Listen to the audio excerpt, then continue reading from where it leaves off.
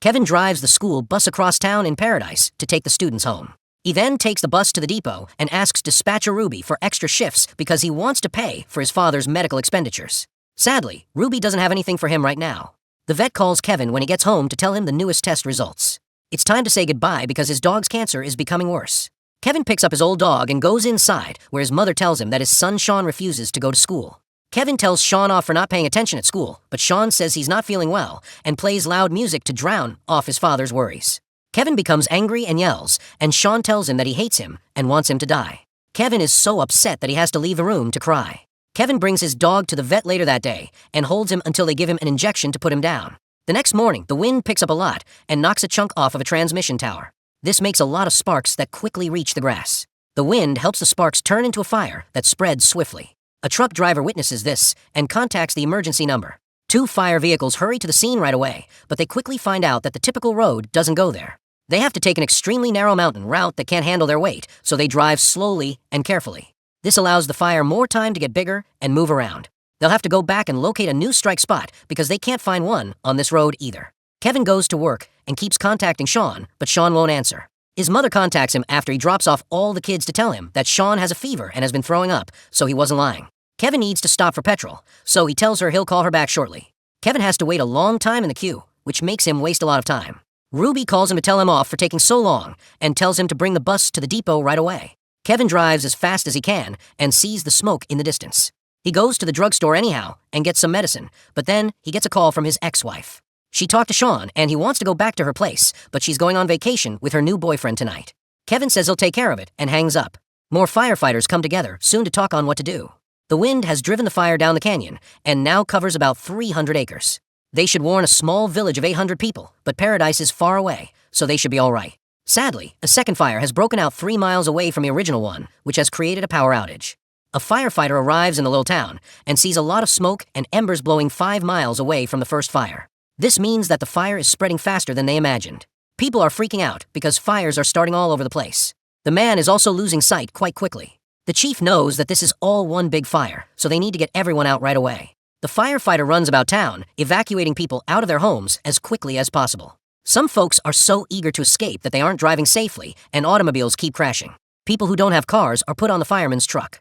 The flames are already close enough for a few people to get burnt. Once everyone is in a car, the firefighter leads the locals out of town in a convoy. The air tankers finally get there and start sprinkling flame, retardant around. But because of the tremendous wind, it's practically impossible to aim and strike the right target. The chief tells them to fly over and try again, and he also keeps calling other cities nearby to ask for more fire vehicles. The convoy is having problems moving forward because they can't see anything, and there isn't enough room to drive through without getting too close to the flames. When automobiles stop at the same time, more of them crash, and people get out to walk the rest of the way. A man catches fire as the locals race to leap into the creek. A neighbor throws a blanket over him to help. The firefighter keeps asking for help over the radio since the burnover is about to happen. The fire vehicles are trying to get into the area, but they keep running into things on the road that stop them from moving further. The air tankers are making a second trip, but the flame retardant isn't working at all. When the burnover finally gets to the stream, the firefighter tells everyone to jump in to stay safe just before the flames go over their heads.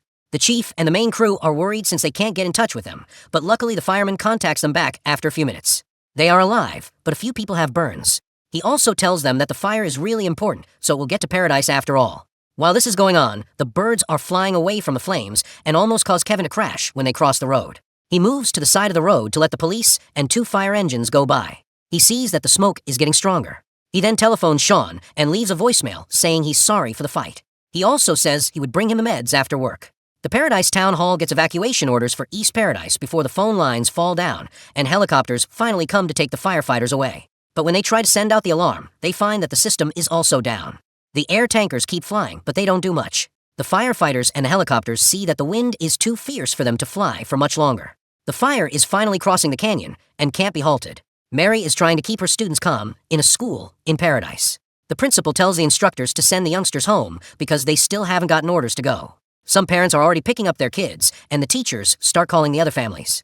Kevin's ex calls him again while he's driving because Sean keeps calling her instead of him. He chooses to pull over so they can talk more easily, but his ex only advises him to worry about Sean's happiness because he doesn't want to live with him at all. Kevin leaves Sean another message on his phone after she hangs up, telling him that he will go home now. Ruby tells all the buses that they have to take the cars to the West Depot, even if they still have kids on board.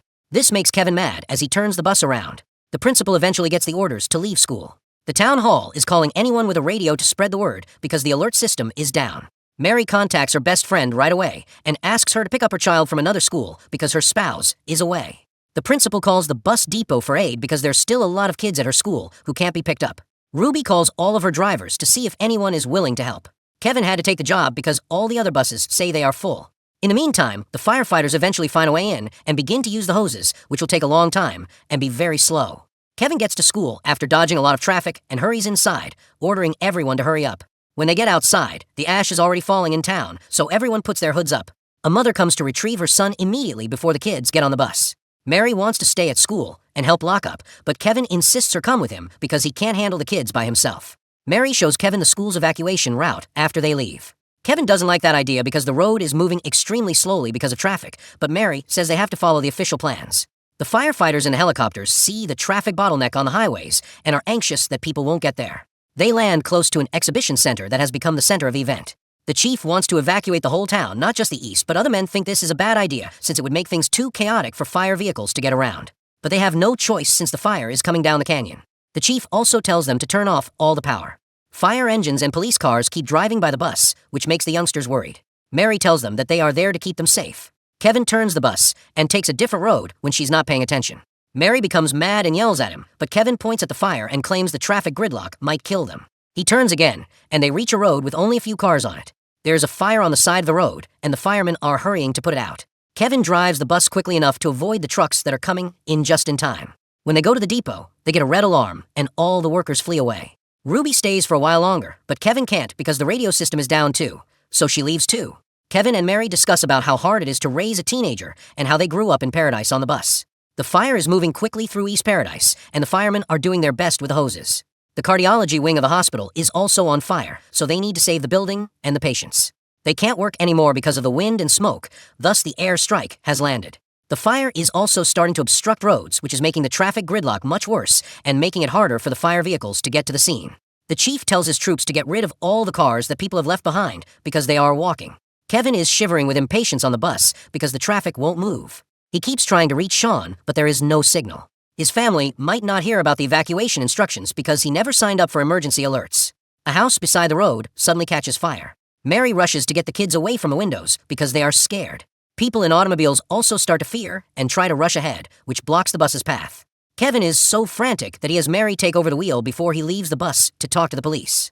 They aren't able to redirect traffic since the fire engine needs to go first. Kevin decides to direct the cars himself after a useless fight. He directs them to the other lane, which clears the way for both the bus and the fire truck. Mary drives it far enough to get out of the congestion and gives the wheel back to Kevin. Now they're finally going at a good speed, but when they get to the meeting site, they're shocked to see that the place is also on fire. Kevin and Mary go outside to look for people, but they don't locate anyone. Mary tells them to get to the evacuation center before the kids call her. She runs back and sees one of the girls cowering beneath the seat because she's so afraid. Mary hugs her to persuade her to come out, and Kevin goes back to the wheel so they can leave. The chief finds out at the exposition center that only 8,000 people have been evacuated. Thus, there are still 30,000 people to save. The chief makes the propane facilities their first priority because that's what they're most worried about. Some firefighters are working to cut down active power wires that are falling and blocking roads. The chief asks the head of the power plant where the manual switches are, and the head of the power plant says they switched off the automatic lines but haven't gotten to the manual ones yet. The chief gets very irritated and yells at him, telling him to do something because he needs his guys to fight the fire, not the cables. The bus is stopped in traffic again, though. Kevin plans to keep ahead and go southwest since he can see a clear patch of sky. There are two ways to get there. One is shorter but very narrow and has a lot of 180-degree curves that a bus would not be able to manage well. They have to take the longer road. The kids know that Mary doesn't know where their parents are, but she assures that they'll locate them soon. Another power line falls and hits the ground, making a lot of deadly sparks. Kevin has been watching the poles and just barely misses them, but other cars are freaking out and speeding like mad, so he needs to avoid those too. The falling cables soon bring down the poles too, so Kevin needs to make quick spins to get past them. People are getting out of their automobiles, which makes them another thing to avoid.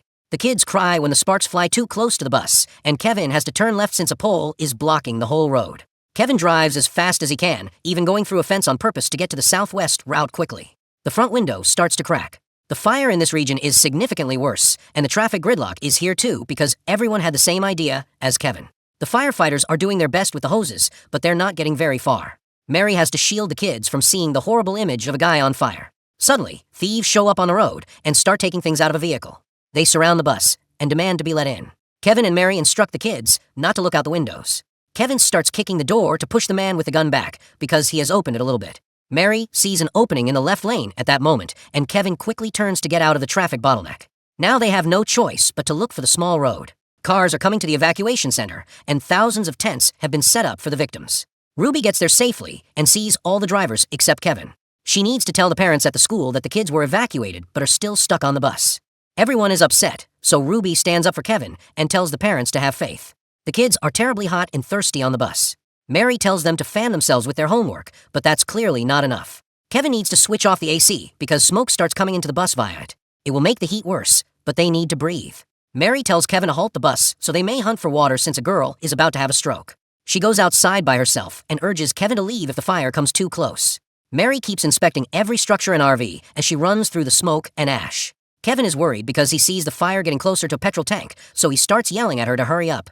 Mary finally busts down the door of an RV and finds some bottles that she takes back with her. She had to slow down and stay hidden when she noticed other survivors running close so they don't steal from her. The petrol tank blows up at that moment, and the youngsters scream because they think they've lost their instructor. Kevin starts calling her name, and Mary follows the sound to find the bus again. They rush back inside and leave, but there's another little explosion on the grass. Kevin turns the vehicle just in time to avoid it, but additional new flames block their way again. Kevin drives in reverse and has to make a lot of quick turns to avoid the flames that are popping up all around them as the kids keep crying. They finally locate the way out after a lot of trouble. Kevin is carefully driving on the narrow mountain road a few minutes later, and Mary is watching out for his blind spots to help him find his way. While this is going on at the exhibition center, the team finds out that the fire is moving toward those narrow routes. They don't have any more resources to deploy that way, so anyone still there will have to save themselves. Kevin and Mary soon see people on the road traveling the other way. Kevin chats to them and finds out that there is a fire on the other side of the slope. He tries to tell them that the fire is worse in the other direction, but the group would rather take their chances and keep going. Kevin gets off the bus to look at the ridge and is shocked to find that there is fire everywhere. He goes back to the bus and tells Mary that they had to stay inside because there's nowhere else to go. Mary tries to keep her cool for the kids, but she starts to cry as soon as she sits down. Kevin then tells Mary to pour water on the parts of his shirt to construct filters for the kids. He says they need to relocate them to the back of the bus, away from the vents. He also begins to tape up the windows. They find out at the exposition center that the hydrants are losing pressure. They realize that stopping the fire is a losing cause, so they tell the firefighters to stop fighting and focus on rescuing lives instead. The chief then holds a short press conference to declare that the fires are becoming bigger every year and that the administration is stupid. Mary thinks about whether or not she should put the kids to sleep on the bus so they can die gently when the fire comes. She wishes she had left paradise to experience the world. Kevin, on the other hand, wishes he hadn't left for 28 years and not been there when his father died. He cries as he sees he's doing the same thing to his son now. Kevin runs to put out the flames close to the bus when they suddenly appear. Mary takes up the fire extinguisher while Kevin keeps fighting the flames with his jacket. More fire appears behind the car. The fire extinguisher will run out eventually, but the great fire is still coming. Kevin tells Mary to go back and burn his hand. He runs back to the bus after seeing the trees fall and tells them they will have to drive through the flames. Kevin checks the engine since the bus won't start. Kevin keeps working on it until Mary can start the engine, even though the fire is almost on the road. He hurries back inside and they finally leave. Kevin drives as quickly as he can through the fire, making all kinds of weird turns to avoid the bigger flames while the kids scream. The automobile keeps hitting branches, other cars, and low flames, but Kevin never quits up and even speeds up. After a few scary minutes of heat and darkness, the bus finally emerges out into a clear region outside of town, where the group can see the sun again. Everyone hugs and cries with relief. The bus finally gets to the evacuation center, and the parents rush to it to be with their kids again. Mary tries to chat to the parents, but she gets sidetracked when she sees her son is there too. Kevin asks a worker about his son and mother, but their names are not on the list of victims. Then Kevin walks to the hospital tents and finally sees his mom. She tells him that their neighbor saved her. Sean fled before the evacuation because he chose to stay with his mom. Kevin has to concede that his son is safer and happier with his ex. Kevin returns back to see what is left of his hometown many days later. His house is nothing but ashes and trash, but he's able to retrieve a picture of himself and his son. At that point, Sean's ex parked nearby, and Sean walked out to hug Kevin. This is a real tale. The electric company was found to be liable for the incident and was charged with manslaughter. As a result, it had to pay $13.5 billion to the victims. Kevin went to school to become a teacher, and he still is one now. Mary still goes to the same school, but she travels a lot now. To see more videos like this, make sure to like, share, subscribe, and enable notifications. Thanks for watching.